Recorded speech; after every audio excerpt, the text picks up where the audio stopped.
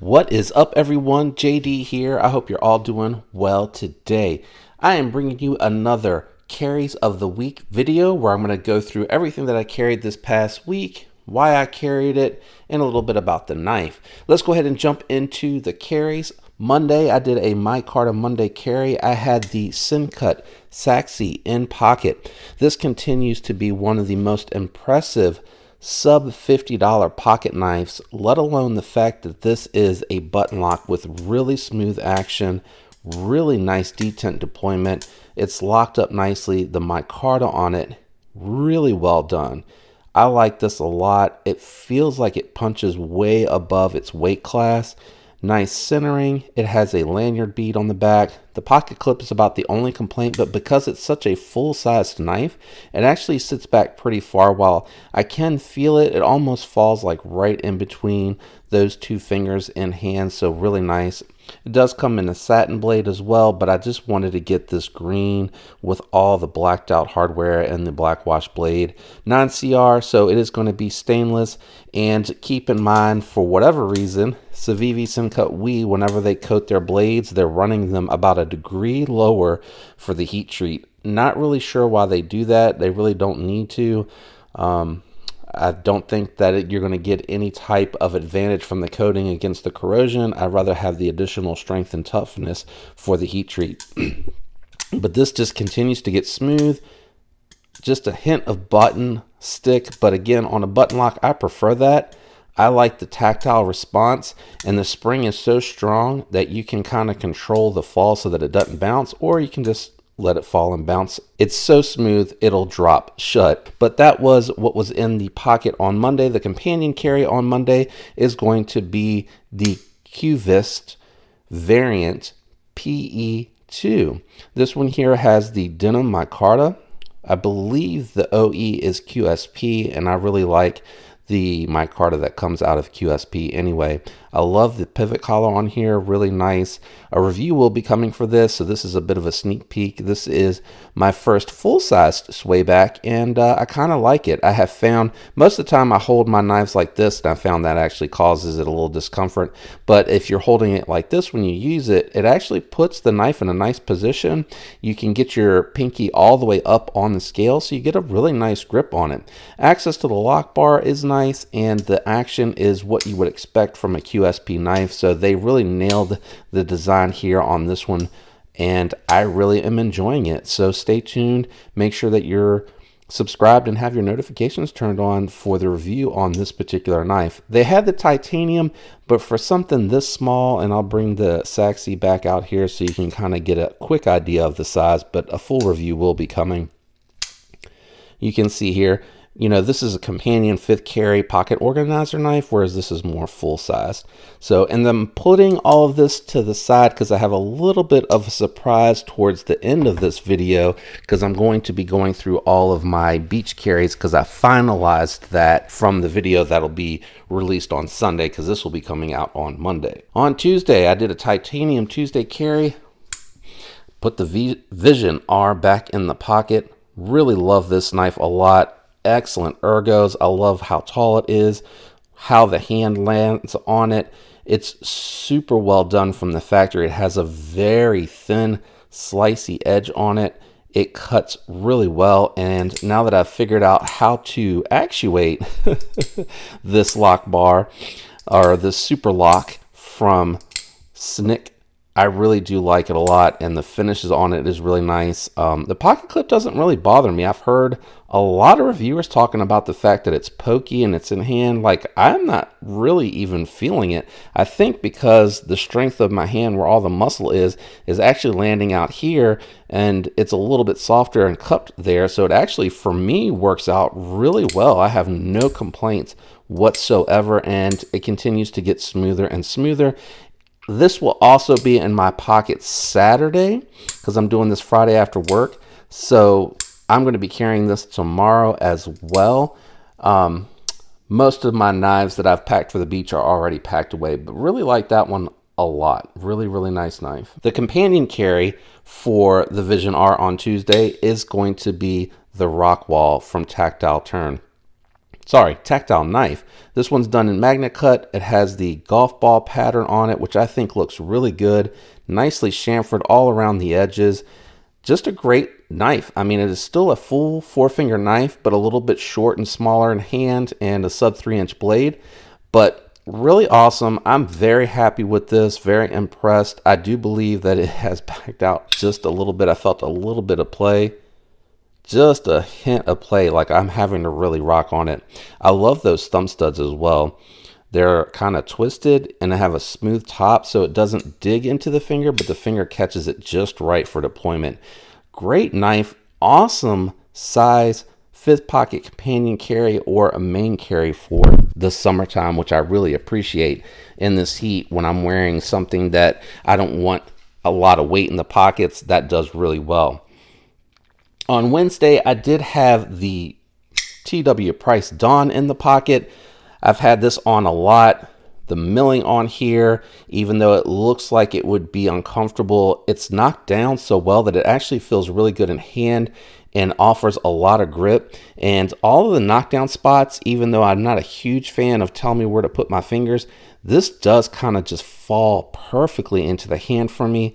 Works really well. I would not say this is any type of forward choil. This is more of a sharpening choil to me. If you did want to choke up, I recommend, if you're going to use this for any type of power push cut, just put your finger directly over top. It's a little uncomfortable, but because it's so chamfered down, it's not too bad. You can get a full choke up there. If you have really small fingers, like lady hand, maybe small men's hands, you probably can get your finger in there, but for me, not so much.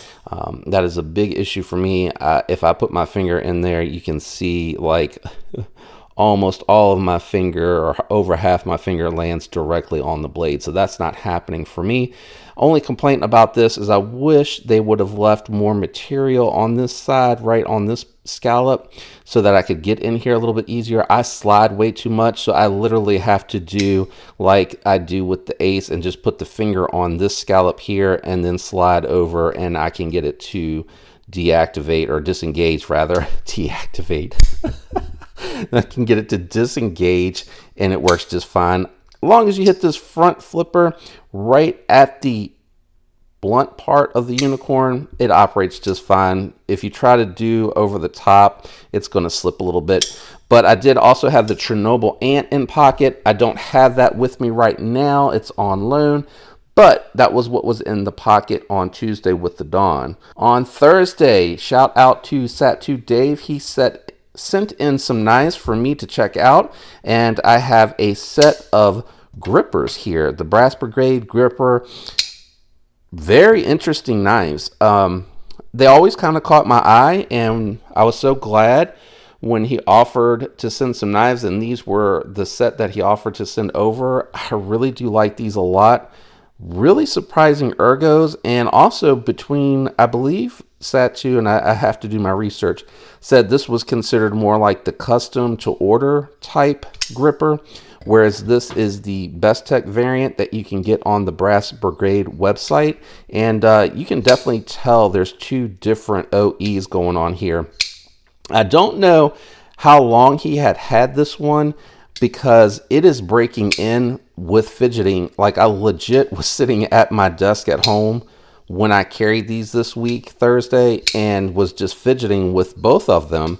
And this one has really, really started to get smooth and to break in. But you can definitely feel a huge difference between the two. And there's definitely some difference in the build philosophy between these two. But really awesome knives. And thanks, Sat2, for sending these. There's another one that's going to be here in a minute that he sent along as well for me to check out. I really do appreciate it. Being extra careful with this one, because when I pushed it the other day, it kind of nicked me because my hand doesn't go into the right position, because my hands are much bigger than this particular knife. But really cool. Stay tuned for the review on these. In addition to these two knives that I had with me, I know I carried 3 on Thursday, but I was home, so it was easy because I could kind of have 1 or 2 out at the desk, and I had packages coming in, so they were getting a little bit of action as well, in addition to being fidgeted with. But on Thursday, because Wednesday night I had done a little bit of modding, I had my Tucson TS270 with me. And the main reason for that is I kind of wanted to just spend some time with it, look at it, and get my thoughts together on it, because I really didn't dedicate a video to this one, and I'm kind of sad that I didn't, because I really like the way the purple to blue anodize came out on this, and you can really now see the micro milling and the detail work on it. So a little mad at myself, kicking myself, but I might just do like an overview about the anodizing on this one and talk a little bit about what I did to kind of get that effect. Sorry, my hands are a little bit, from handling all the different knives, my hands are a little bit oily, greasy. So you're seeing a lot of the blotchiness, but that's more so because of my hands being greasy. So there you can kind of see it's got a nice even finish. I did a lot of work to it. I'm not going to dive into that too much. And apparently I have now already scratched it somehow, some way. I'm not sure how I did that in just a little bit of moment here that I took it out. But normally the anodizing holds up really well. So that is what was also in the pocket on Thursday. And again, probably have a full review for that coming in the future, so stay tuned for that. And today, Friday, I have another knife from Satu, and this is going to be the Clarks. And I'm not even going to try to say it. I'm just going to put it on the screen so you can see it. I think it's the Bantu or Banto. I'm not 100% sure. This was very interesting when I saw it on his Instagram. I really liked the work on the clip and the backspacer. I think that looks really nice. And then you can kind of see the pivot collar matches it. The scales have really nice detailed work done on them. And it has a compound grind. It has a Tonto. Not a Tonto, I'm sorry. It has a hollow grind and then a flat grind out on the tip, much like what you see on my Chavez. And then it's got chamfering on the spine of the knife as well. Really feels comfortable in hand. The jimping is a little bit far back for someone with my hand size, but it does have a dedicated forward finger choil, which I have found when you scoot your hand back, get your hand right on the position. So this was in the pocket so that I could start collecting my thoughts for a review on it. But all three of those knives, thanks for sending that over, Satu. I really appreciate it. And last but not least, I had for Fat Carbon Friday, the Spyderco Shaman. Carried a lot of blades this week, but I wanted to at least carry a couple of my less stainless steels this week, since next week I'll be at the beach and I won't be able to carry them. But if you've watched this channel for any length of time, you know why this is one of my favorite knives. I have two of them. At one point I had three, but I've pulled it back down to two to try to limit myself, because I do like this knife, and whenever there's any other variants out there, I really do enjoy it. This button, I get asked all the time, OCD for EDC. This is the CME. He has solid colors, he has mixed colors. I think he even now makes micarta for all the micarta variants that have come out, so definitely check that out. It makes it so that it's really easy to actuate left-handed. I do apologize without the pocket clip there on the skinny scales. I do tend to slip, but it does make it really easy to actuate left-handed.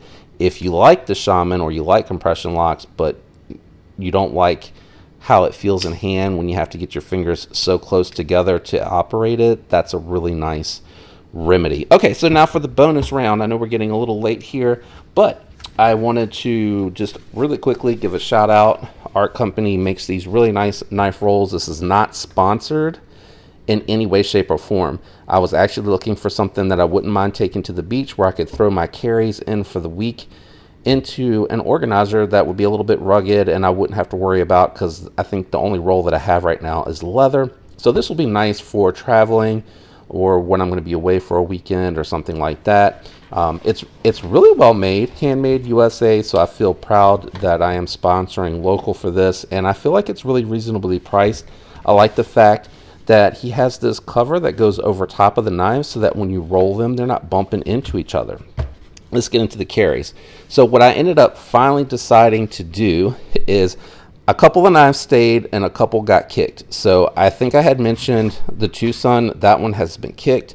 I am probably going to just carry this one down. because this one here in Austin A and it's coated, I feel very confident to take this down to the beach. And I'm very comfortable with disassembling and maintaining the knife, so no issues with the AD 20.5 making the trip, because I can carry it down and I can carry it while I'm down there. So kind of dual purpose, and it has that utility shark foot blade, so that's going to come in really handy. So that is one, and the one that I will be carrying down, I think I am catching it. It is quite a tight fit for that one. And he has different sizes here too, so he's got some big ones and then some smaller ones, and in the picture he shows like a flashlight and a pry bar in here, but I just needed all knives to carry. The other one that did survive from the original pick was the Banter, I believe. This one here, very friendly for athletic shorts and things of that nature, so I wanted something that was still going to be almost a full hand grip and nice, thick, and chunky, but super lightweight. S35VN, so I do have that stain resistance, and it is a coated blade. Really nice option. That is one that did make the cut, and I also believe that the Saxi, which you saw earlier, 9CR, stainless, little button lock, something that's also fidgety in addition to the Demko AD 20.5. So this one here will be coming down. My Carter reacts well to wet hands anyway. Not that I think I'm going to be using these all out on the beach. I have a chair with a pouch on the back side of the seat, so this, you know, whatever will be in that pouch, it's not going to be physically in the pocket, so I can run in and out of the water to cool off. But this is definitely going to make it down there, and it does give me one of the two more full-sized options that I'm taking down, because I got the case Marilla back from the warranty claim that will be coming out in a future video, and everything is really nice on this one now. It's a magnet cut blade, so I figured this would be a great opportunity to take it down. They took care of everything. The edge had a little bit of blemish, like right around here, I think it was, and I was able to totally strop that away. So this one here, aluminum frame, magnet cut. This one here to me is beach safe approved. And again, there will be a review coming out on this blade in the future, so make sure you're subscribed for that and have your notifications turned on. And the last one, in case I do want to go out somewhere nice and I want something lightweight, I do have my Rockwall in magnet cut with the titanium golf ball pattern on here, which you saw earlier in the video, so I'm not going to dive too much into that, but that ended up being the final selection. I do have an array of pocket organizers that are going to have like pins and flashlight for like adventures out on the town, and then I wanted some flashlights that, you know, the family and I could use in case we want to go out after dark and look at the crabs and all that fun stuff. But anyway, hopefully you enjoyed this video. I realize it's a little bit longer. Hopefully you enjoyed the bonus. If you did, do me a favor, leave a like. If you've made it this far into the video, please leave a like. That would be great. If you're not subscribed, consider subscribing. I'd love to have you follow along as I grow the channel. I have links down in the description for anything that you might be interested in, not just these, but other recommendations that I have for good knives depending on your budget. I have stuff for tools, supplies, things of that nature linked down there in each video so that you can find it very easily. You don't have to go back and forth between videos. And thanks for tuning in. I hope you have a fantastic week. I'm going to be at the beach. Until next time, peace.